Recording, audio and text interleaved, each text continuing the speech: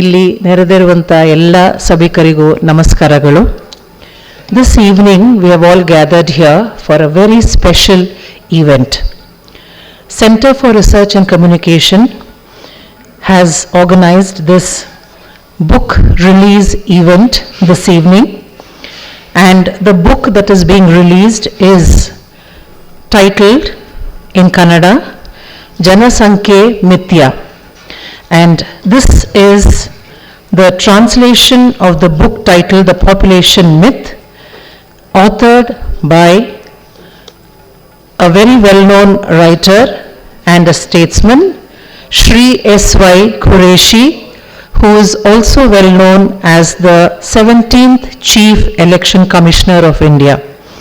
His English book, The Population Myth, was published by HarperCollins, publisher in India, in the year 2021, and now it has been translated into Kannada, and it is titled Janasankhe Mithya. To this very momentous occasion, we have been blessed with the presence of many dignitaries, and it gives me immense pleasure to invite the gathering and also the special guests on to the dais. Firstly, it is indeed a blessing that we have with us Dr. M. Veerappa Moily, who is known to all of us, but let me take this opportunity to introduce him to the gathering. Marapadi Veerappa Moily is an Indian politician belonging to the Indian National Congress from the state of Karnataka. He has served as the former Chief Minister in Karnataka, and he is also well known as a Union Minister. Mr. Moily, who is a lawyer by profession, is also an eminent author of many books. He has authored an epic poem, Sri Ramayana Mahanmesham, in 5 volumes containing 42,295 lines in Kannada. It is also being translated into Hindi and being published by Indira Gandhi National Center of Arts, New Delhi. He has also authored Musings on India Part 1 and 2 in English, containing articles on contemporary issues including public finance. He is a regular columnist for leading print publications and electronic media. Ladies and gentlemen, please give a huge round of applause to the guest of today, Mr. Veerappa Moily ji, and I request the organizers to please escort him on to the dais. The man of the hour, Dr. Shahabuddin Yaqub Quraishi, is an Indian civil servant who served as the 17th Chief Election Commissioner of India. He has authored a book titled An Undocumented Wonder, The Making of the Great India Election, a book that describes the enormity and complexity of Indian elections, and a book titled Old Delhi, Living Traditions, a coffee table book on the heritage city and its social and cultural life. His latest book, The Population Myth, reveals how the right-wing spin to population data has given rise to myths about Muslim rate of growth. In his book, The Population of Myth, he takes on many of these demographic fears and points to what the data actually suggests. The same is now translated into Kannada by Notion Press, and we are all here for the release of this very book. Ladies and gentlemen, please put your hands together to welcome Dr. Shahabuddin Yaqub Quraishi. Another very special person is amongst us this evening, Dr. Shri K. Rahman Khan, former Union Minister for Minority Affairs, former Deputy Chairman Rajya Sabha, former Chairman Karnataka Legislative Council. Dr. Shri K. Rahman Khan is a chartered accountant by profession, but he has also authored a few books, and I have read them too, so I know them well. One is my memoirs, which is an account of his life itself, and another book is The Way Forward. Sir is also the Pro Vice Chairman of Delhi Public Schools, Bangalore and Mysore, and the Chairperson of KK Educational and Charitable Trust. Dear audience, it gives me immense pleasure to welcome Dr. Shri Rahman Khan to this August gathering. We also have with us Mr. R. Roshan Beg, former MLA and Minister for Infrastructure and Hajj. He is here in spite of his very busy schedule. Please join me in welcoming Mr. R. Roshan Beg. Last but not the least, amongst the dignitaries who will be coming onto the dais is Mr. Mansoor Ali Khan, Secretary, All India Congress Committee, Telangana in charge, General Secretary, Karnataka Pradesh Congress Committee, Co-Chairman, Communication Department, Karnataka Pradesh Congress Committee, Chairman, Karnataka Pradesh Congress Committee, Research Department, and he is also the Treasurer and Member Board of Management of Delhi Public Schools, Bangalore and Mysore, and a proud founder of School of India. I request all of you to welcome him with a welcoming round of applause. I request the organizers to please escort the dignitaries onto the dais for us to begin the event. E. Sanjay, Center for Research Communication ವತಿಯಿಂದ ಪುಸ್ತಕ ಬಿಡುಗಡೆ ಸಮಾರಂಭ ಆಯೋಜಿಸಲಾಗಿದೆ. ಈ ಸಮಾರಂಭಕ್ಕೆ ಈಗಾಗಲೇ ಹೇಳಿದಂತೆ ಬಹಳಷ್ಟು ಜನ ನಮ್ಮ ಮಧ್ಯ ಅತಿಥಿಗಳಿದ್ದಾರೆ. ಈ ಒಂದು ಕಾರ್ಯಕ್ರಮ ಶುರು ಮಾಡುವ ಮುಂಚೆ ಅವರ ಅನುಮತಿ ಪಡೆದು ಈ ಕಾರ್ಯಕ್ರಮವನ್ನು ಪ್ರಾರಂಭಿಸುತ್ತಿದ್ದೇವೆ. ಈ ಪುಸ್ತಕ ಬಿಡುಗಡೆ ಸಮಾರಂಭವು ನಿಮ್ಮೆಲ್ಲರಿಗೆ ಗೊತ್ತಿರುವ ಹಾಗೆ ಕನ್ನಡಕ್ಕೆ ಅನುವಾದ ಮಾಡಿ ಈ ಪುಸ್ತಕ ಜನಸಂಖ್ಯೆ ಮಿಥ್ಯ ಎಂಬುವ ಪುಸ್ತಕ ಬಿಡುಗಡೆ ಆಗ್ತಾ ಇದೆ. ಇದರ ಲೇಖಕರು ಶ್ರೀ ಎಸ್.ವೈ. ಖುರೇಶಿ ಅವರು. ಈ ಕಾರ್ಯಕ್ರಮದ ಮೊದಲನೆಯ ಕಾರ್ಯಕ್ರಮವಾಗಿ ಅವರು ಈ ಪುಸ್ತಕದ ಬಗ್ಗೆ ಅವರಿಗೆ ಏನು ಅವರ ಒಂದು ಅನಿಸಿಕೆ ಹಾಗೂ ಈ ಪುಸ್ತಕ ಬರೆಯುವಾಗ ಅವರ ಅನುಭವಗಳು ಇದೆಲ್ಲನೂ ನಮ್ಮೊಂದಿಗೆ ಹಂಚಿಕೊಳ್ಳಲು ಈಗ ನಮ್ಮ ಮುಂದೆ ಬರುತ್ತಿದ್ದಾರೆ ಡಾಕ್ಟರ್ ಶ್ರೀ ಶಹಬುದ್ದೀನ್ ಯಾಹೂಬ್ ಖುರೇಶಿ ಅವರನ್ನು ಇಲ್ಲಿಗೆ ಒಂದು ಜೋರಾದ ಚಪ್ಪಾಳೆಯೊಂದಿಗೆ ಸ್ವಾಗತಿಸೋಣ. Good evening, ladies and gentlemen.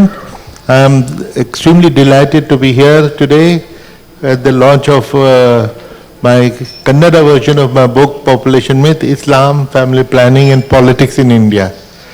I am extremely grateful to Rahman Khan Sahab and his family and his trust, which worked hard to get this translated. Actually, I had sent him a translation which somebody cheated me and did Google translation, so they had to redo the whole thing and it took some time. Anyway, it is seeing the light of the day, and it's a great delight that Mr. Veerappa Moily, whom I respect very, very much from my Chief Election Commission days, because he was the law minister, and what a supportive law minister, and his support to electoral reform is something we all cherish in the Election Commission. Roshan Beg Sahab, thank you very much. Mansoor Sahab, yeah, thank you. And if I have forgotten anybody, please forgive me. Now, let me make it very clear in the beginning itself that this book, contrary to a perception which may come to your mind, is pro-family planning book, and it is promotes family planning among the Muslims. I insist that we Muslims should practice family planning more proactively than anybody else, because that is the key to our progress. And there are so many myths among the Muslims and among the non-Muslims about the issue that we are talking about, which I'll run through. It was important that we make this presentation because there are some slides and some charts and which will explain the thing to you. Now, there are several myths which are being spread, which are creating fear and hostility among the Hindus against the Muslims. We have heard it so many times, so many YouTube, that Muslims are going to overtake Hindus in the next 5 years, in the next 7 years, and in 2029 the Prime Minister will be a Muslim, and if they come it will be return of Aurangzeb, and watch out, be careful. We have heard it very seriously, and as a result the gap between the Hindus and Muslims and polarization has been increasing enormously. So this book seeks to answer some of those myths. I have taken only 5 myths out of the large book. First of all, the Muslims produce too many children and are solely responsible for the population explosion. So I start the book with the admission that yes, Muslim acceptance of family planning is the lowest. Only 47% of the Muslims have adopted family planning, 53 have not. But what is not mentioned at all, that Hindus are not far behind. Almost half Muslims have not accepted family planning, and equal number, almost half Hindus have not accepted family planning. And when we say half Muslims have not accepted family planning, it is 10 crores. And when we say half Hindus have not accepted it, it is 60 crores. So 60 crore Hindus have not adopted family planning. So they are more responsible for population explosion than the Muslims are. But this is this sentence I have never heard from anybody. The perception is that it is only the Muslims who are producing children, all others are just sucking their thumbs. Now, the family planning rate of the acceptance rate of the Muslims is 58%, sorry, of the Hindus is 58%, which means 42% are not practicing family planning, which amounts to about 60 crores. TFR. TFR is a term one should understand, total fertility rate, which means the number of children a woman will produce in her lifetime. So that total fertility rate ideally should be 2.1, which will lead to what is called the replacement, which is a replacement rate. Why? Because there are 2 husband and wife are 2, they will die and their 2 children will take over, population is replaced. But what is 0.1 doing there? Because many children will die in their childhood, that will disturb this equation. That's why if the TFR is 2.1, it means replacement rate. The population will not increase, it will only keep getting replaced. So we have already achieved that in India. And totally peacefully, without coercion, unlike some countries, only by persuasion, only by education. Then between 1951 and till the last census, which was 2011, a net increase in Muslim population was 13 crores and of Hindus was 67 crores. So who is increasing? Not the Muslims, but the Hindus. But we never talk about it, this doesn't even strike people.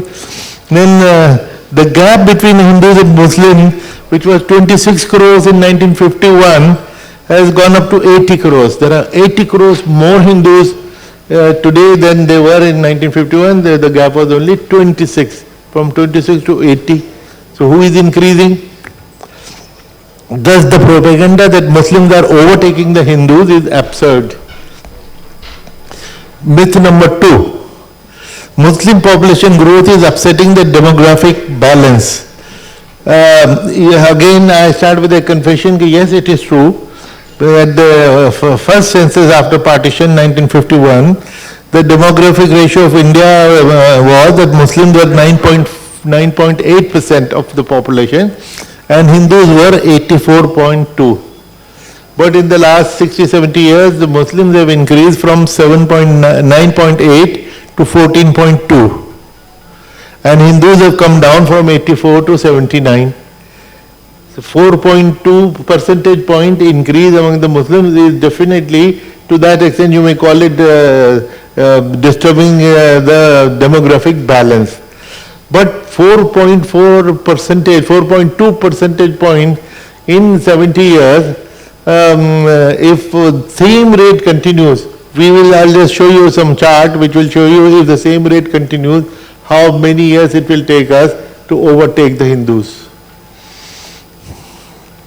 And by the way, all this data, every single fact figure is from Government of India's own documents, particularly National Family Health Survey 1, 2, 3, 4 and 5, which is the latest.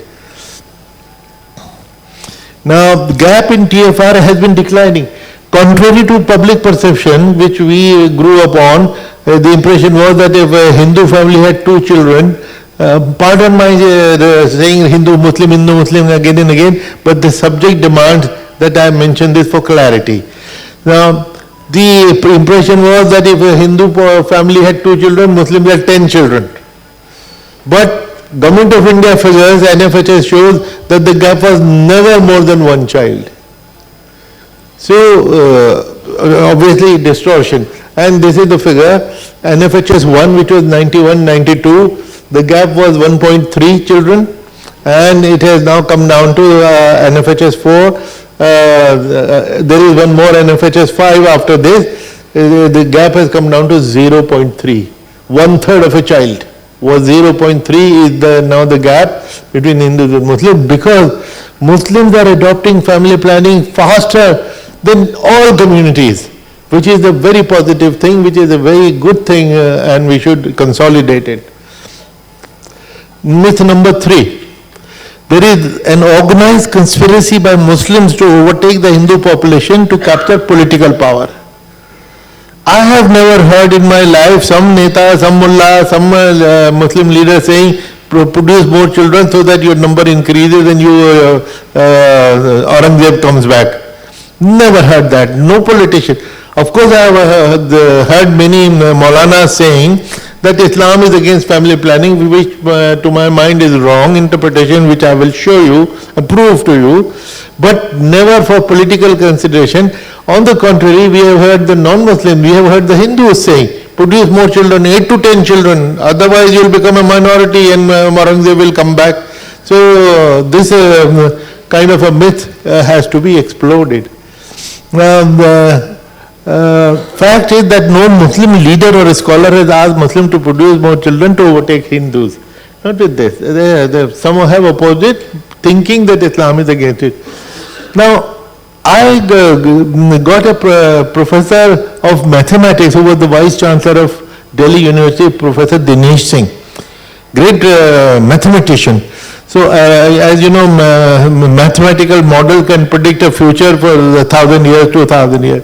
I gave him all my data of 70 years and I said, can you do a mathematical model for me? In how many years Muslims will overtake the Hindus as per the Hindu propaganda? And he says, forget about it, Bhaijan, not even for 1,000 years. And this is the figure he gave. The bottom line is the increase of Muslim population and the top line is the increase of Hindu population. Are Muslims overtaking the Hindus in this figure? No way. Hindu-Muslim figure is parallel, horizontal, the other one is going north. So this is from mathematician Professor Dinesh Singh, who is not my cousin. Then I asked him, look, this is for the last 70 years. Can you tell me what will happen in the next 500 years? He said, yes. Exactly the same thing. Exactly the same thing. This gap will only increase. There is no question of Muslims ever overtaking. So that fear which is being fed has to be dispelled. Myth number 4. Muslims use polygamy for increasing population. What is polygamy? Marrying more than one wife. And they say that Islam में तो 4 marriages allowed हैं. Every Muslim and impression given is हर मुसलमान की 4 बीवियां हैं. और एक very top leader has had once said, हम 5 हमारे 25, यानी मैं मेरी 4 बीवियां हम 5 हो गए और हमारे 25 बच्चे. I would urge him to please show me one such person. So, and by the way, I gave this book and this presentation to head of the RSS, Mr. Bhagwat, and I explained these concepts to him. I said, polygamy in India is just not possible. He said, how? I said, answer is simple, because there are no women. He said, what does it mean? I said, you must have heard of something called gender ratio. What is gender ratio? For 1,000 men, how many women are there? The latest gender ratio, which was 2011, was 940. For 1,000 men, 940 women. That means out of 1,000 men, 60 will not even find their first wife. How will I get up my second wife? And he the third or fourth wife? So it's just not possible because the numbers don't exist. He had a hearty laugh on that. Some people say, aap unke laughter se impress ho gaye, but that shows he registered. He heard me patiently, he registered, and I have seen he had toned down his speeches, especially on this issue, after I explained to him. Now, there was a Government of India study in 1975. Surely quite old, but what can I do if there was only one Government of India study, which found that every community in India had polygamy of some degree. And the least polygamous, you will be surprised, were the Muslims. The least polygamous. But I am the least polygamous, I am not polygamous, but I am willing to die for my right. And this is a paradox. So when we are not practicing polygamy, we should demand a ban on polygamy. Ourselves and the others will run for cover. This is the thing. Tribal communities, they are not Muslims, 15.25%. Then the Buddhists, 9.7%. Jains, 6.7%. Hindus, 5.8%. Muslims, 5.7%. Government of India study. The polygamy statistically is impossible, as I explained to you, because there are no women. Now, does Islam encourage polygamy? There is a general misconception that Islam encourages polygamy. The reality, however, is different. Islam only permits polygamy, but does not recommend that you do it. Only in very critical circumstances, when the first wife is terminally ill or something, and instead of throwing her out or burning her, it's better to bring in a second woman, but with her permission, with the permission of the first wife. Now, Surah Nisa, there is only one verse in the whole Quran which talks of polygamy, which says you can marry 2, 3 or 4. So after this I am very happy and I go running and looking for my second, third or fourth wife, because Quran has said. But what was the ayat saying before and after, we never wait to see. It says you can marry 2, 3 or 4 provided you can treat them equally, which is only God knows is extremely difficult, and therefore you are advised to marry one. So it is a permission which is conditional. Now this is something which every Maulana, every ulama, they all say that. But I discovered when I was doing my research that there is one more condition, which is an even more serious condition. This ayat was revealed in the context of the orphans and widows. When Allah is saying treat the orphans with honesty, do not grab their property, do not grab their land, do not replace their good thing with your bad thing, and ideally from among them you can marry 2, 3 or 4. From among them की किसकी बात हो रही है? Orphans and widows की. उन widows में से आप 2, 3, 4 कर सकते हैं. When I go to marry, I am looking for a virgin. आप देखिए हिंदुस्तान टाइम्स और उसमें सारे अखबार में every person who is looking for a wife, he wants a virgin. He himself may be whatever. So that is our hypocrisy. So I think the fact that the Quran itself says that from among them you can marry 2, 3 or 4, that becomes the first condition, that it has to be a widow rehabilitation program, because there used to be too many widows those days, because men would die fighting in tribal warfare. There used to be a lot of tribal warfare in the pre-Islamic Arab world. So it was a rehabilitation scheme for the women. Now, fifth and last, Islam is against family planning. That's what many people believe, and even Muslims believe. And I have tried to prove that this is wrong. Why? Number one, nowhere in the Quran polygamy has been, family planning has been prohibited. Whereas sharab is prohibited, rape is prohibited, sex outside marriage is prohibited, interest is prohibited, and there is an ayat of the Quran which says that whatever God addresses himself as we, whatever we wanted to explain to you, we have explained to you in detail. So whatever is prohibited, God has already spelled out and he is saying it. कि जो हमने कहना था हमने आपको बता दिया. ऐसा तो नहीं हो सकता कि God forgot to talk about family planning. There is no ban or there is no mention of family planning in the Quran. There are only interpretations which some are for, some are against. Against क्या कहते हैं? God ने कहा है कि anybody who is born will God will feed him or her. But again that was in the context. That was the time when the Arabs used to bury their girls. When the girl was born, she was buried alive. And the reason given was कि look, I cannot afford to bring her up, I am very poor. उसमें the ayat was revealed on the Prophet कि look, do not for fear of poverty, do not bury them. It is a big sin, and if they are born, it is my responsibility to feed them. So some people take it as a license that I keep producing children, God will keep on feeding them because God has said that. So there are only for and against interpretation, and I have also used some of those interpretations. I have mentioned every either side interpretation very honestly. Now, to me the clinching verse of the Quran is one ayat which says, let those who do not have the means for marriage keep themselves chaste until Allah gives them means out of His grace. यानी जब तक आपके पास family raise करने की शक्ति न हो जाए, जब तक आप शादी न करना.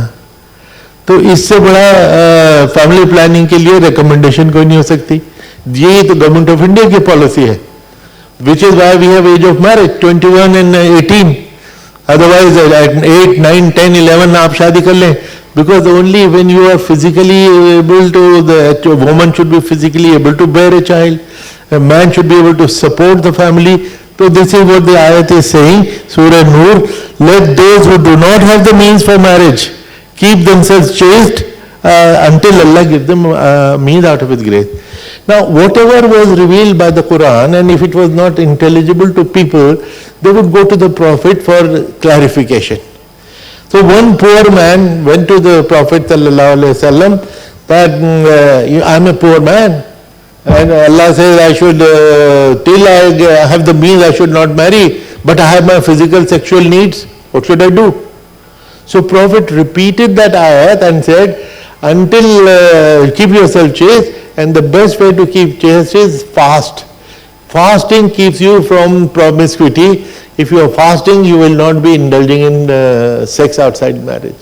So he even suggested the way to implement what the ayat had said. And the third, which is another hadith, was somebody who had 5, 6, 7 children and was fed up of many anymore. He went to the Prophet and he said, I want to practice family planning. Well, those days the family planning method, there was only one. Withdrawal method, which was called Al-Azl in Arabic, Al-Azl. So he said, I want to practice Al-Azl, but the Jew neighbor of mine, he said, no, don't do that. That is infanticide, that is like killing a child. उस पे Prophet ने कहा, no, the Jew lied. Yani if you practice family planning through adopting Al-Azl, you are not indulging in infanticide, which means practicing family planning is valid and jaiz. So this is authenticated hadith. Yeah, these are the two which I mentioned. Now Islam is in fact a pioneer of family planning. And why should Muslims oppose something of which Islam is a pioneer? 1400 years ago, when there was no population pressure, everywhere the population was very small, Islam is talking of quality of life. The right of a woman and a child to good health, a child's right to good upbringing. So the emphasis on quality is the distinguishing feature of Islam. So in fact there is the Islamic studies professor from Al-Azhar University of Cairo, Abdul Rahim Umran, who says it's a wonder to the thinkers of today that Islam should give so much importance to child spacing, and family planning so early in human history and in the absence of compelling population pressure. So we should be proud that we are the owners of family planning and we should adopt it more than anybody else. Now it's not a Hindu versus Muslim issue at all. Why? Because fertility of all communities is dependent on socio-economic factors, three mainly. Literacy, income and delivery of services. Literacy means as you get more literacy education, the number of children starts going down. Exactly in this proportion. Higher the literacy, lesser the children. Similarly, higher the income, lesser the children. And better the service delivery, lesser the children. So these are the factors which influence fertility behavior, and not religion or any other thing, but these things. Now, second important thing is to understand is there is a lot of interstate variation. All southern states are doing extremely well in family planning. And my belief is that the Muslims of South India are better Muslims than Muslims of North India. They are more God-fearing, they are more practicing, and they adopted family planning 30 years ago. And which is has led to a serious political implication, which is coming to face us very shortly in a few months through the delimitation. Because South has been protesting that because Bihar and UP are producing too many children, because of population, the number of seats in Lok Sabha will increase, whereas we have adopted family planning and our seats will go down. Which is why 50 years ago in 1976, Indira Gandhi's time, it was frozen, the figures, South and North figures were frozen for 50 years, for 25 years. In 2002, in the times of Vajpayee ji, it came again, and again it was frozen for 25 years. Now it is coming in 2026. The question is whether this government will also freeze, because the logic is still the same. How can you punish South Indian states for good family planning? So to my mind it is impossible, but these days anything is possible. Now in 25 states, in 25 of 29 states, Muslims have lower TFR than Hindus of Bihar. If it was a religious issue, everywhere Muslims will be producing more children. Bihar में Hindus की higher TFR है. In 25 states, Muslim ka TFR is lower. Now, there is nothing like Hindu fertility or Muslim fertility as such. For example, Muslim TFR ranges from 1.74 in Tamil Nadu to 4.11 in Bihar, while that of Hindus ranges from 1.42 in Kerala to 3.29 in Bihar. Literacy. You will see that when there is no education, the number of children is 3, and after 12th class, the number of children goes down by half. Exactly, it is going down as the literacy is increasing. Similarly, education delays the age of marriage. The more educated the girl, the later will be her marriage. So, illiterate girls get married at 17, and who have done class 12, the last bar, 22. So 70 to 5 साल का gap. If a girl has not married for 5 years, so she at least 2-3 pregnancies have been saved. The same thing which was with literacy, the number of children goes down, and age of marriage gets delayed, and the number of children goes down. Now, wealth. The poorest man produces 3 children. The richest man produces 1.5, 1.6. The third factor, as the service delivery improves, TFR goes down. Now I have seen myself, sir, that the doctors and nurses do not go to Muslim clusters, inko mini Pakistan. Thousands of times I have heard this term mini Pakistan. Everywhere there is a cluster of Muslims. Mini Pakistan, nobody wants to go and serve in Pakistan. And when you will not do that, how will they improve their family planning performance? It's a miracle that despite this kind of attitude, Muslims have adopted family planning proactively. Now, where do Muslims stand in all these socio-economic factors? Literacy, income and service delivery, where do the Muslims stand? At the bottom. So they should be at the bottom in family planning also, but which is not the case. They are doing very well. Now, here you will notice another interesting thing. As I mentioned in the first place, that actually it's not a Hindu versus Muslim issue. Hindus and Muslims are shoulder to shoulder. Literacy. So you see the green bar, the least literate men are among Muslims and least literate women are among Muslims. But who are the second least literate? The Hindus. The Hindus, shoulder to shoulder. Of all communities, Hindus and Muslims are in this same boat. They are at the same end of the spectrum, not on the opposite spectrum. Antenatal care is the lowest for Muslims, second lowest for Hindus. Availability of health infrastructure and services lowest for Muslims, second lowest for Hindus. Availability of advice of family planning lowest for Muslims, second lowest for Hindus. So therefore, this thing has never been, I have never seen this in any discourse or discussion, this thing that they are on the same side of the spectrum.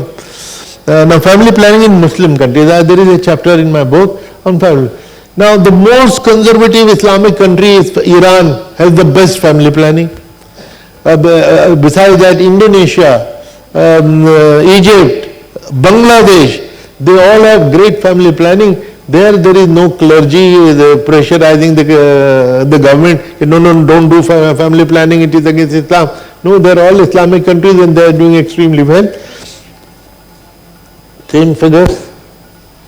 Now population and political propaganda, that the right-wing Hindus continue to provoke Hindus to produce more children by creating fear that Muslims will overtake. It has been heard recently also, a month ago. The idea that Muslims will outnumber Hindus in India is totally busted by the mathematical model which I have already shown you. Now, reality is that, as I said, they are in the same boat. Now, National Population Policy of 2000, which had targeted TFR of 2.1 by 2010. We have already achieved TFR of 2.0. Which is why many states have started demanding, and in fact some Hindu organizations have started demanding that the moment you fall below 2.1, you will not be replaced. Your replacement will be threatened and your population will go down. So that is the debate. While the fact is that till 2060, the population will go up and then it will stabilize and then it will go down. Where is the failure? Administrative failure. All plan and documents talk of family planning and Muslim doing the least, but nobody has given any solution ever. And they have not, the real factor, literacy, poverty and service delivery, they have not addressed. There is no fact book or resource book on Islam.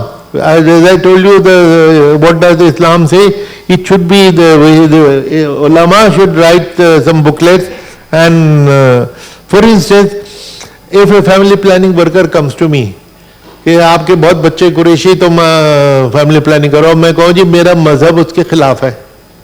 So obviously without arguing the guy will go away. No, you have to confront me, no, your religion is not against family planning. Your religion is for family planning. And all that I told you should be explained to the people. Then recommendation, this is the last slide. National population policy is a great idea. Muslims must adopt family planning even more proactively. Special efforts must be made to educate those who are resistant to family planning. True Islamic position must be understood and propagated. Staff must be trained, for which a resource book must be created for all the staff. I am willing to volunteer to do it pro bono. I will prepare the resource book, let the governments adopt them. Then faith leaders should be involved. A meeting of faith leaders, they should be oriented, and I have even suggested that they should be sent to Indonesia and Iran. When they see their counterparts, Maulana promoting family, in Indonesia in Friday prayer, Friday khutbah, they talk of family planning. So let us send our ulama to these countries and invite those ulamas to our country for exchange of views. And so on and so forth. So a false propaganda has to be dispelled, and therefore in that context, I'm very happy that this book has been translated from English to Hindi, to Bangla, to the Telugu, and now the Kannada and Malayalam is ready in the next 2-3 weeks, and 2-3 other languages are in the pipeline. With these words, I thank you for your patience, and thank you, Moily ji, for presiding over this. Thank you so much.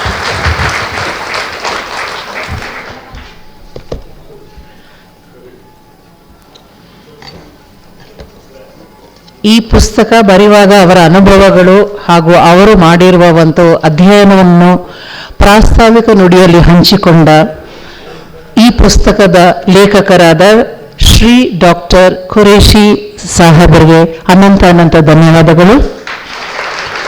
Thank you, sir, for throwing light on the ongoing narrative on population of India. The only thing I can say to summarize what sir has said is, numbers don't lie. And all of us as responsible citizens of India, I think we should instill in ourselves how to clearly draw a line between the truth and the myth. Thank you, sir, once again. Coming to the highlight of today evening, which is the book release, we now have the release of the book, which is titled Janasankhe Mithya, which is the Kannada translation of Shri Dr. S.Y. Qureshi Saab's English book titled The Population Myth, which was published in the year 2021. And now we have the Kannada translation, which has been released by the Notion Press. I request all the dignitaries on stage to please join for the release of this book this evening.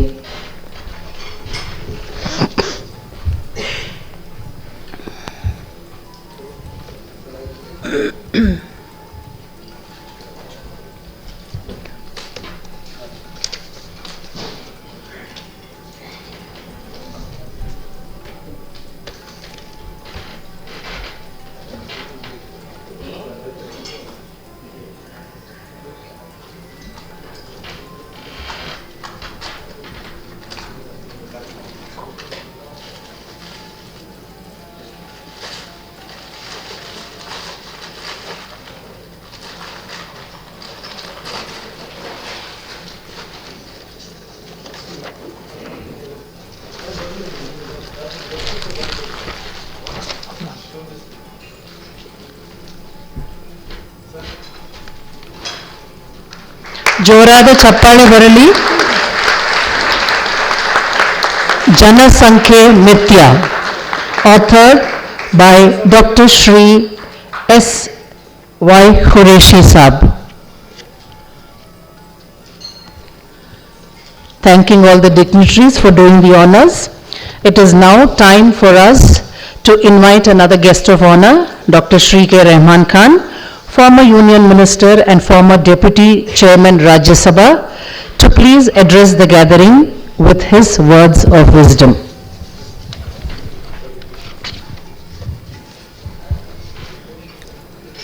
Sri Veerappa Moily ji, the chief guest of the day's function, Dr. S.Y. Qureshi Sahab, Mr. Roshan Beg, Mansoor Ali Khan, and friends. I'm not going to take a long time because we have to listen to Dr. Veerappa Moily ji. I have just to say a few words on the myth of population. How myths have created differences in societies. We don't go into the reality, we depend on myth. So one of the major myth is Muslim population growth. I happen to be the chairman of the Minority Commission in Karnataka, which Dr. Moily has appointed me. I had requested him to do socio-economic survey of the minorities population in Karnataka. And it was not a census, it was an enumeration of the entire Karnataka's minority population, amount to about 10 million people. House to house survey, and he ordered, and it was done in 92-93. It cleared the 92-93. It cleared all the myth. It is done by the government. It is by the chief secretary, is the chief enumeration officer. And the data which came is that the average family size of Muslim, Christian, Sikh, Buddha, Parsis, the same average which we have a national average, more or less.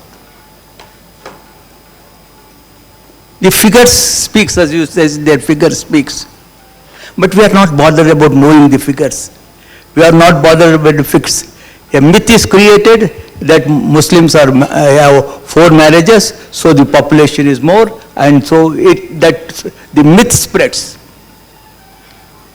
So we should be careful in understanding this such myths and in various other things.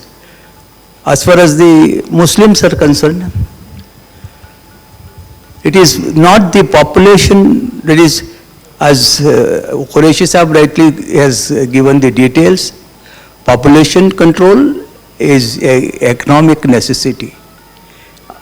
And what religion says is, there is a proviso also.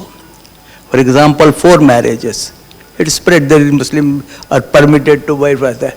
But statistics shows the number of 4 marriages Muslims is not even 2% more than others.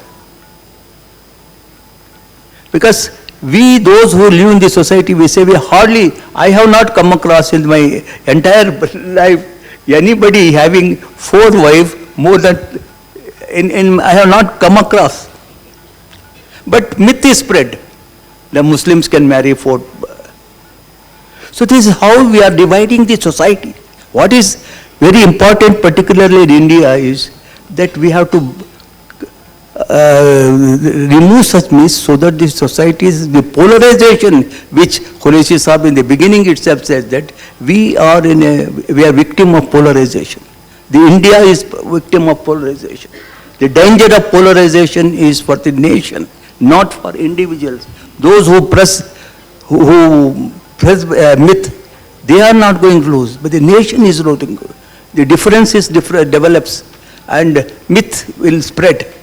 So the effort of what Quraishi Sahib has said, because there cannot be no other authentic person to speak on population, and he has presided over the Election Commission of India, and he knows the population growth and everything. So we should, each one of us should see that we clear the myth so that we have a harmonious society. Thank you very much.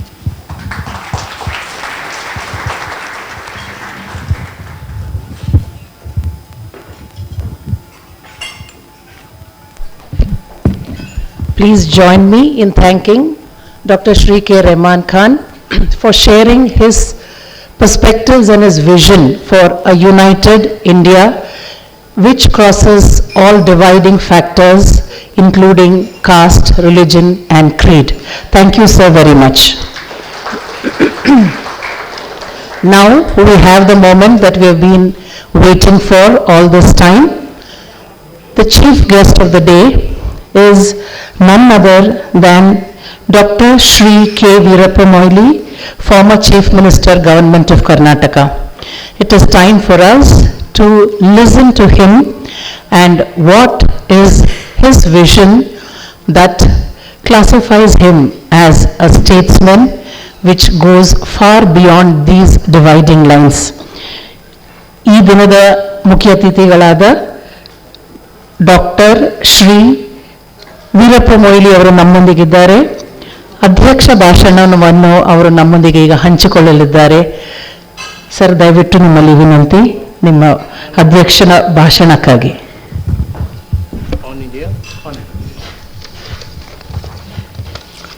ಎಲ್ರಿಗೂ ನಮಸ್ಕಾರ. ನಾನು ಎಲ್ಲರೂ ಕೂತ್ಕೊಂಡು ಮಾತಾಡಿದ್ರಿಂದ ಅದೇ ಸಂಪ್ರದಾಯ ನಾನು ಕೂಡ ಅನುಸರಿಸ್ತೇನೆ.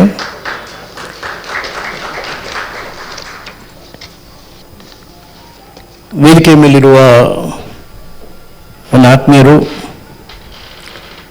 ಕೇಂದ್ರ ಸರ್ಕಾರದ ಪೂರ್ವ ಸಚಿವರು, ರಾಜ್ಯಸಭೆಯ ಡೆಪ್ಟಿ ಚೇರ್ಮನ್ಗಳು ಆದಂಥ ಡಾಕ್ಟರ್ ಕೆ ರಹಮಾನ್ ಖಾನ್ ಅವರೇ, ಇವತ್ತಿನ ಪ್ರಮುಖವಾಗಿ centre of attraction and our hero on the cos of this population, former Chief Election Commissioner of India, my esteemed beloved friend S.Y. Quraishi ji, my yet another friend and our former minister in Karnataka, Roshan Beg ji, my young friend, very dynamic person, and we do not know where you find him tomorrow, because yesterday he was somewhere else, tomorrow he will be in Delhi or Calcutta. Very quite a dynamic, magnetic personality like Sri Manzoor Ali Khan. My esteemed friends in the audience, members of the media, I think I was misinformed before coming to this function that I will have to speak on the book. ನಾನು ಬಹುಶಃ ನನ್ನೊಂದು 2 ದಿವಸ ನಷ್ಟ ಆಯ್ತು ಈಗ. ಯಾಕಂದರೆ ಜನಸಂಖ್ಯೆ ಮಿಥ್ಯ ಅಂತೇಳಿ ಬುಕ್ ತಂದುಕೊಟ್ರು. ಅದು ಕೂಡ ನಮ್ಮ ಭಾಳ ಬಿಲೋವ್ಡ್ friend S.Y. Quraishi's book. I have a lot of respect for him. Great thinker, great analyst. ಅದು ಬುಕ್ ಕೊಟ್ಟಾಗ ನಾನು ಯಾವಾಗಲೂ ಕೂಡ ಒಂದು ಪುಸ್ತಕ ತಂದರೆ ಅದನ್ನು ಪೂರ್ತಿ ಓದಿಯೇ ಬರೋದು. ನೀವು ನನ್ನ ಸಮಯ ಬಹಳ ವ್ಯರ್ಥ ಮಾಡಿದ್ರಿ. If I had to know that he has already prepared a small pamphlet-like thing narrating the main content, substance of this great book, I think I would not have wasted 2 days' time. I prepared a big note, thinking that I must go through the entire book, analyze things, and come to my own conclusion. We have the privilege having the best presentation today from S.Y. Quraishi ji. Janasankhya Mithya. When straight thing is Mithya Kannada, Myth is English. So I think there is no much difference between myth and Mithya. So this exposes the truth before the nation, and I must congratulate heartily S.Y. Quraishi ji for bringing out this most essential, authentic book. I also authenticate this book because I have analyzed this book and it tells truth and truth alone. ದೇಶ ಸತ್ಯಾಂಶ ನಾವು ತಿಳ್ಕೊಳ್ಬೇಕಾಗ್ತದೆ. ಯಾಕಂದರೆ ಅನೇಕ ಬಾರಿ ಅಪಪ್ರಚಾರಗಳು ನಡೀತದೆ, ಜನ ಕೂಡ ಅದನ್ನು ನಂಬ್ತಾರೆ. ಭಾಳ ಸಾರಿ ಒಂದು ಸುಳ್ಳನ್ನು ಕೂಡ ಜಾಸ್ತಿ ನಂಬುವುದು ಅದನ್ನೇ. ಸತ್ಯವನ್ನು ನಂಬುವವರು ಕಡಿಮೆ ಆಗಿದ್ದಾರೆ ಇತ್ತೀಚಿನ ಕಾಲದಲ್ಲಿ, ಸುಳ್ಳನ್ನು ನಂಬುವವರು ಜಾಸ್ತಿ ಆಗಿಬಿಟ್ಟಿದ್ದಾರೆ. ಅಂಥ ಕಾಲದಲ್ಲಿ it requires major surgery to explore things so that the truth which is hidden somewhere can come out. ಇವತ್ತು ಆ ಸತ್ಯ ಇವತ್ತು ನಮ್ಮ ಕಣ್ಣೆದುರಿಗೆ ನಿಂತಿದೆ. ಆದ್ದರಿಂದ ನಾನು ಅಂಕಿ ಸಂಖ್ಯೆಗಳ ಬಗ್ಗೆ ಹೆಚ್ಚು ವಿವರವನ್ನು ಹೇಳಲಿಕ್ಕೆ ಹೋಗುವುದಿಲ್ಲ. ನಾನು ಅದನ್ನು ನೋಡಿ ಅನಲೈಸ್ ಮಾಡಿದರೂ ಕೂಡ ಆ ವಿಚಾರವನ್ನು ಪುನಃ ಹೇಳಲಿಕ್ಕೆ ನಾನು ಹೋಗುವುದಿಲ್ಲ. ಆದರೆ ಏನು ಕುರೇಶಿ ಅವರು, ಕುರೇಶಿ ಅಂತ ಹೇಳಿದರೆ I been associate, Quraishi ji was a chief election commissioner when I was the law minister of the country. And in fact, the election commission was under my portfolio. Both of us were very ambitious. We wanted to bring in drastic reforms in electoral reforms in the country. We prepared a background note together, went around the country, I think seven consultation in different locations we had. And first was in Madhya Pradesh, I think, Bhopal. And it was sponsored by the present Union Minister, Chauhan. Now the Union Minister, he was the Chief Minister of Madhya Pradesh. And he sat from morning till evening, you remember, recollect. Cutting across the parties, we had excellent discussion on electoral reforms. In fact, we had 7 in important cosmopolitan towns, I think including Bengaluru. Then ultimately, we should have ended up in Delhi. That would have been the concluding session. And Dr. Manmohan Singh, the Prime Minister of the country, presiding over it, and we wanted to come out with a drastic recommendation on electoral reforms. But I think that meeting could not take place. As a result, our consultations became inconclusive. And ultimately, of course, we have come out with a report. But nobody wants reforms, isn't it? We talk about it. We are good at talking, but not good at implementing any of the recommendations of the recommendations. So, Adrinda, I am very happy, quite happy that Quraishi is here. He has written a book on. He is quite an authentic person. He also worked on the India population as a civil servant, IAS officer, and he had associated with the population and how demographic disaster could be transformed into demographic dividend. And at that time, everybody thought that the country will sink. But the country has prospered.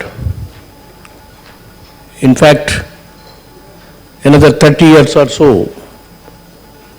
if you don't reap the benefits of the demographic dividend, country is for disaster. And in fact, Rahman Khan ಅವರು ಹೇಳಿದ ಪ್ರಕಾರ, we exploded the myth at that time itself, I think 92, 93. He was chairman of the Minority Commission. I was to implement the recommendation of the Chinnappa Commission for reservation of backward classes. I found the data collected at that time by the Chinnappa Commission on minorities, particularly Muslims, was not adequate. So on adequate data, we never wanted to extend the reservation to the Muslim minorities, if I am correct. Yes, We had a lot of long discussion, and we thought we must have more data to consider providing reservation to the minorities. we spent some money, very quick, door-to-door survey was done under the chairmanship of the then Chief Secretary. We found that ultimately, I found that after an assessment, we found actually the Muslim minorities and also Christians and others, but more so Muslim minorities, were the most backward people. The question came up whether we should consider religion as a basis for classifying the backward class. Now that interpretation is coming. At that time, they are as good as, when we compared the data with regard to the, because we classified into most backward, more backward, and backward. Then, while calculating the Muslims and their social, educational backwardness, they were as equivalent as any other more backward. I think we classified under the more backward.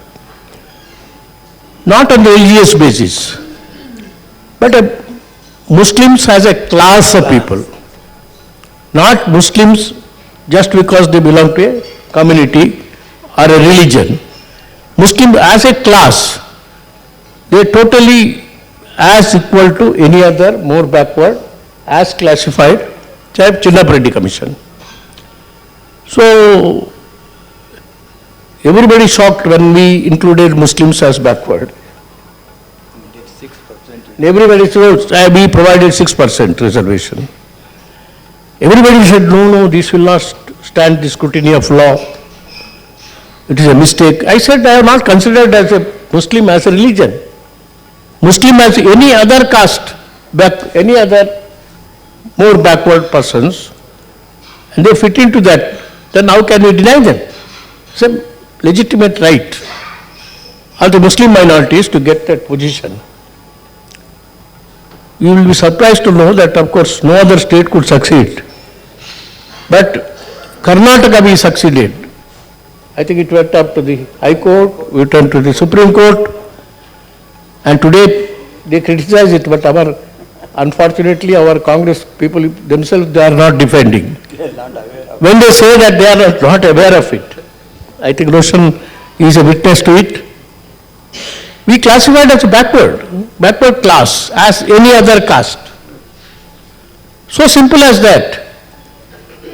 We should not forget that, the Muslims or the Christians or the Hindus, they are the citizens of this country. They are equal rights.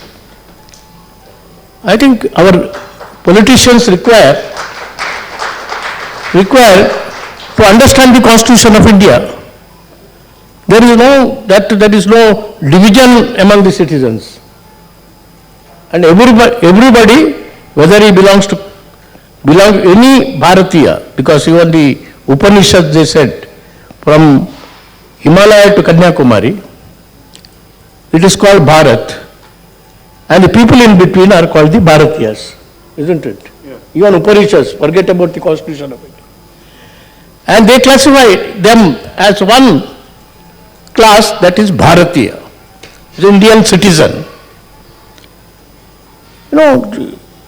And having understood the Constitution, having given a Constitution to ourselves, we would like to discriminate from citizen to citizen. It is dangerous to any democracy of the country. Dangerous, most dangerous trend to propagate that. And this is one reason, the myth of the population is one such reason. In fact, to explore this myth, my friend Rahman was the minister. We discussed that all this, the discrimination about reservation and all, will get over.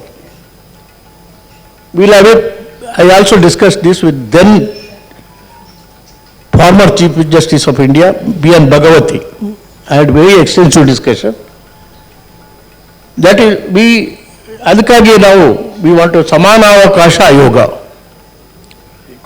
Equal opportunity commission to all religion, whether it is Hindu, Christian, Muslims or anybody. ಒಂದು act ಅನ್ನು ದೇಶದಲ್ಲಿ ತಂದಿದ್ರೆ ಬಹುಶಃ ಯಾರು ಅವಕಾಶ ವಂಚಿತರಾಗಿದ್ದಾರೆ, which ever community they belong, which ever religion is belong. Religion is only, is only a brand. Ultimately, they are all citizens. We have taken the entire population as a citizen of the country, and equality commission anna ಮಾಡಬೇಕು ಅಂತೇಳಿ ಬಂದಾಗ cabinet ಅಲ್ಲಿ difference ಬಂತು. Later on, when I was the minister, I introduced the bill. And he introduced the bill. And of course it was dropped by the present regime. ಅದು ಬಂದಿದ್ರೆ ಬಹುಶಃ a new era could have been ushered in.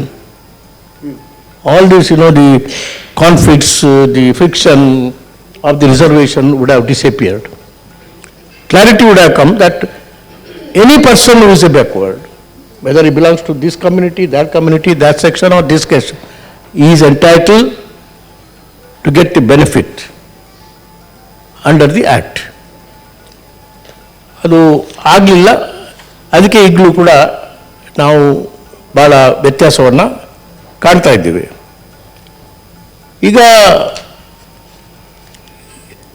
ಈಗ ಪ್ರಮುಖವಾಗಿ I would like to bring it to the notice of Quraishi also, because ಕನ್ನಡದಲ್ಲೇ ಹೇಳಬೇಕಂತ ಹೇಳಿದ್ದೆ, ಆದರೆ ಸ್ವಲ್ಪ English ಭಾಷೆಯಲ್ಲಿ ಕೂಡ ಅವರಿಗೆ ಹೇಳಿದರೆ ಸ್ವಲ್ಪ ಅರ್ಥ ಆಗ್ತದೆ. In fact, even our constitutional fathers, they committed a mistake, I am telling you. See, ಇಲ್ಲಿ ಅನೇಕ ಜಾತಿಗಳಿವೆ. There are many religions. We have not made any constitutional fathers have not made any attempt to reconcile the differences. As a chairman of the ARC Commission, I gave a report called the conflict resolution. Apart from the other reports, the conflicts are there. These myths are there, conflicts are there. They try to create tension and differences between communities, religions and religions. South Africa is a best model to reconcile the differences between them. That is called Reconciliation Commission. They constituted a Reconciliation Commission. There was serious conflict between the white people and the black people. Immediately after South Africa became independent, Reconciliation Commission was formed, and in fact, there was a white policeman, in the presence of the wife, in the presence of the mother, he shot at the son and he was killed on the spot. That matter came up before the Reconciliation Commission. Then the Reconciliation Commission asked her, the mother, what punishment we should give to this man who killed your son. That lady, she said, let him call me Amma, mother. That's enough. He called and called her Amma, then the case was closed. I am referring to this because in the context of the demolition of the masjid, I think the Supreme Court, they should have suggested that let there be a reconciliation. Neither the Supreme Court nor the governments at that time made any attempts to create a situation or a platform like this. ಅದರಿಂದ ಏನಾಗ್ತದೆ ಅಂತ ಹೇಳಿದ್ರೆ ಭಿನ್ನಾಭಿಪ್ರಾಯ ಮತ್ತು ಹೆಚ್ಚಾಗ್ತದೆ. ಸಾಕಷ್ಟು friction, ಅನೇಕ ಸಮಸ್ಯೆಗಳಿಗೆ ಇದೇ ಕಾರಣ. ಮನಸ್ಸಿನಲ್ಲಿರ್ತಕ್ಕಂಥ ಸುಳ್ಳುಗಳು, ಅತಿಶಯೋಕ್ತಿಗಳು, fictions, they distort the atmosphere and will not do anything for this. We have many such conflicts. The water disputes are there. Even now the temples have been, many of the mosques have been attacked. I think the best question is that I think the Supreme Court, even now they think of suggesting to directing the government to constitute a reconciliation commission so that instead of continuing with this miss in a perennial way, they can put a stop to this. ಇಂಥ ಒಂದು ವ್ಯವಸ್ಥೆ ಸರ್ಕಾರದಿಂದಲೂ ಆಗಬೇಕು, ಸರ್ಕಾರನೂ ಆಲೋಚನೆ ಮಾಡಬೇಕಾಗ್ತದೆ. If you don't exploit this miss, they will grow. ಆ ಕೆಂಡ, volcano, created because of the falsehoods, volcano which is created because of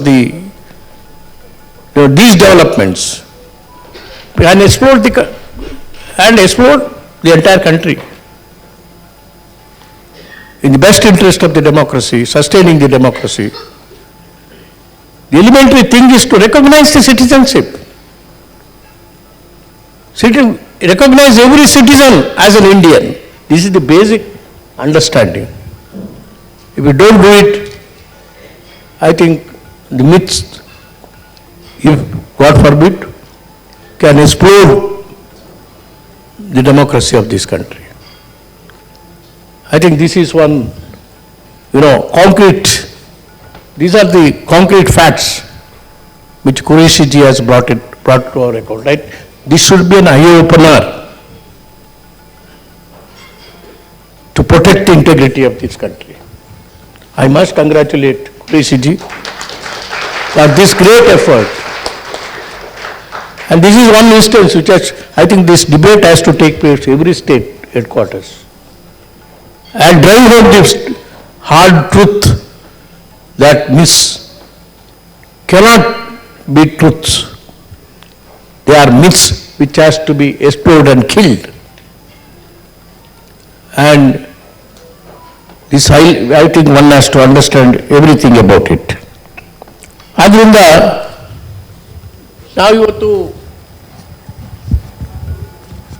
ಅನೇಕ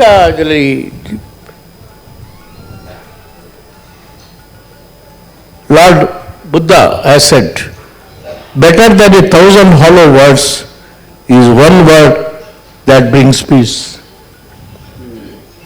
This is one word which is spoken by, authenticated word, which is spoken by Quraishi, will bring peace in the country. And I must call, by producing these books, I must call Quraishi as a messenger of peace in the country.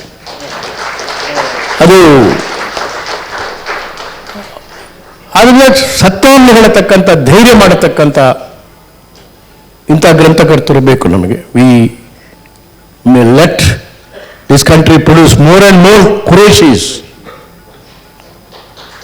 to bring home the truth in this country, so that democracy will survive and we will survive, all of us will survive. ಆದ್ದರಿಂದ ಇವತ್ತು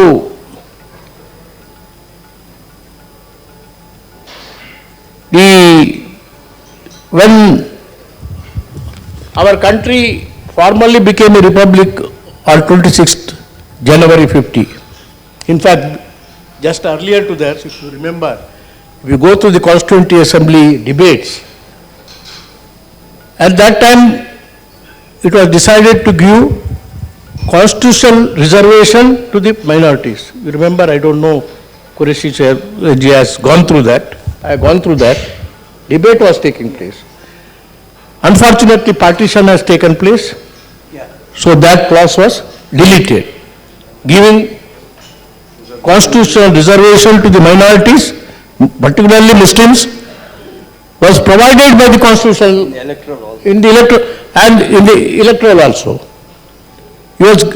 But immediately after because of the aberration of the constitution, partition, it was given up. And what is that? I have done a great thing in giving reservation to Muslims. What they thought, because I had a reference with regard to this providing the reservation, I have not done a great thing. What constitutional fathers, including Dr. Ambedkar, but in the meanwhile they forgot about this. After the partition, because of the aberration of the partition, for providing reservation to the Muslim minorities was totally either forgotten. This is the blunder which was committed at that time. You know, our nationalist Muslims who remain crores and crores people, you know, they cannot be deprived at all. They cannot be treated as second-class citizens. This is a sin on the country. This is a sin which is committed now, and we want to perpetuate that sin. The high time that, you know, the messengers of peace like Quraishi has reminded this country that don't continue to commit this sin of dividing the people on religious basis. ಇವತ್ತು doctor Ambedkar ಹೇಳಿದಂಥ ಒಂದು ಮಾತುಗಳನ್ನು ನಾನು ಇದನ್ನು I want to quote. He said, how long shall we continue to live this life of contradictions? How long shall we continue to deny equality in our social and economic life? If we continue to deny it for long, we will do so only by putting our political democracy in peril. This is what Dr. P.R. Ambedkar has said. By bringing out such myths, making them that it is true, which is not true at all, as explained by Quraishi ji, I think we are putting the democracy of our country in peril. This is the danger this country is facing. He has brought out one aspect only. And there are several aspects where live on myths.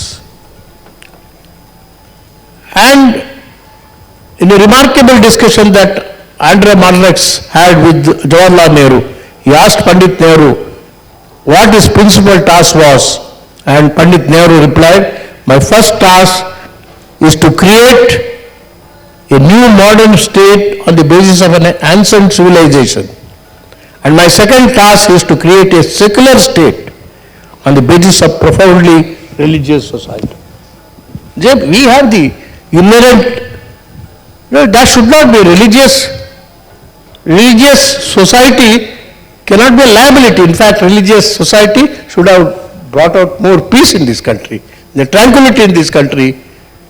But there are the people who propagate divisions in the society.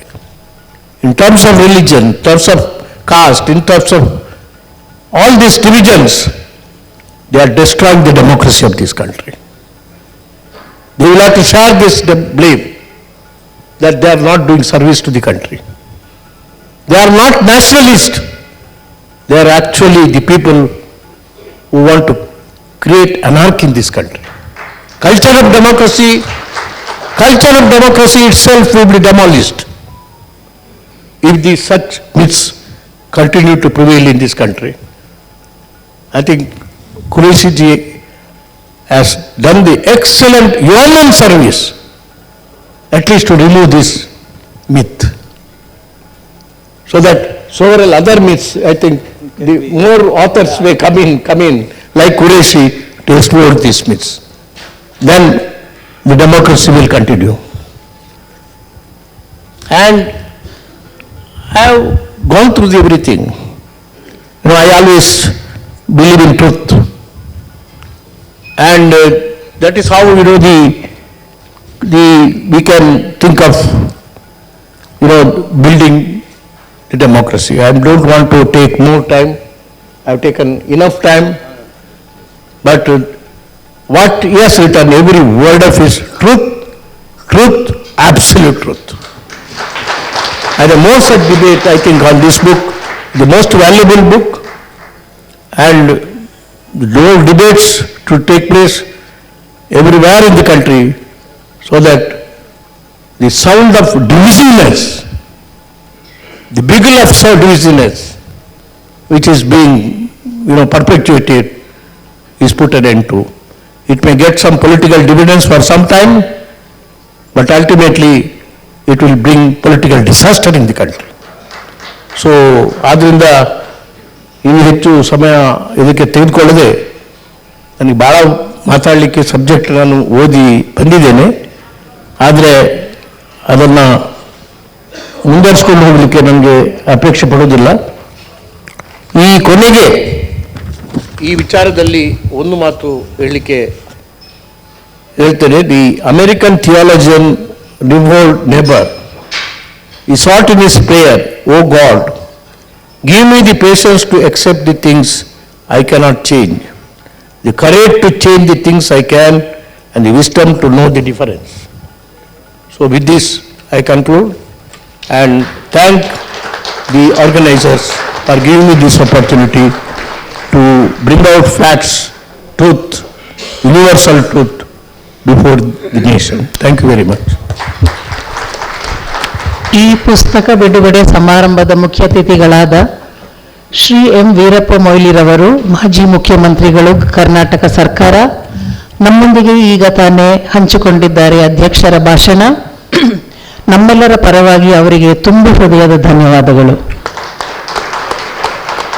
Respected sir, in your words you have clearly shared with us that visionary leadership is not easy to find these days, and on the stage we are blessed with many such visionaries whose leadership and inclusive policies have crafted policies that have promoted equality, justice and opportunities for all citizens, regardless of their background, race, gender or socio-economic status.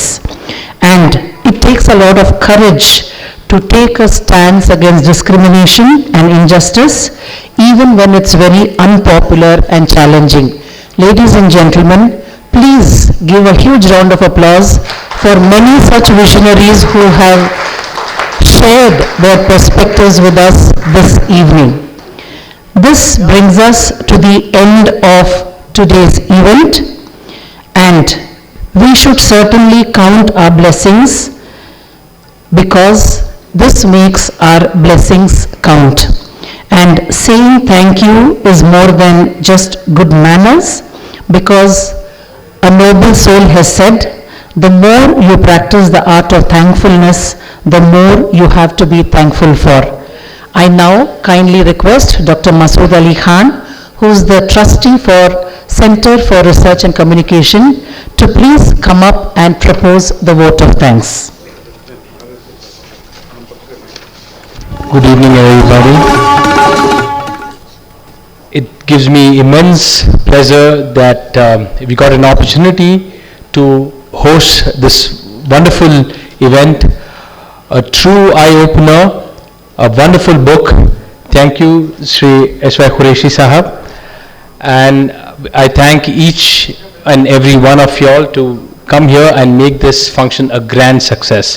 I thank Sri Veerappa Moily Sahab, who has been a beloved former Chief Minister of our state, who graciously agreed to be the chief guest and release the book today. Thank you, Sri S.Y. Quraishi Sahab. Can you?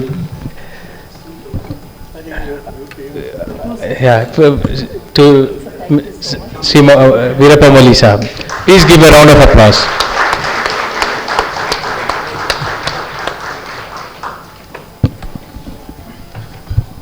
I would like to felicitate and give a memento to Sri S.Y. Quraishi Sahab.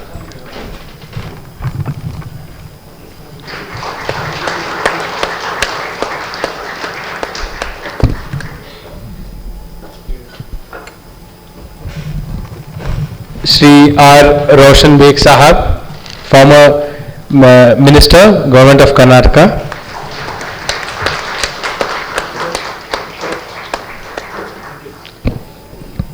Sri K. Rahman Khan Sahab, former Union Minister, Government of India.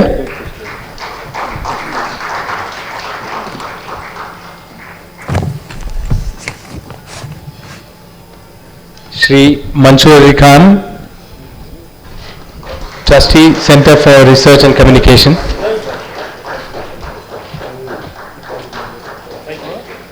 I thank each one of y'all for coming and gracing this occasion and making it a grand success. Thank you.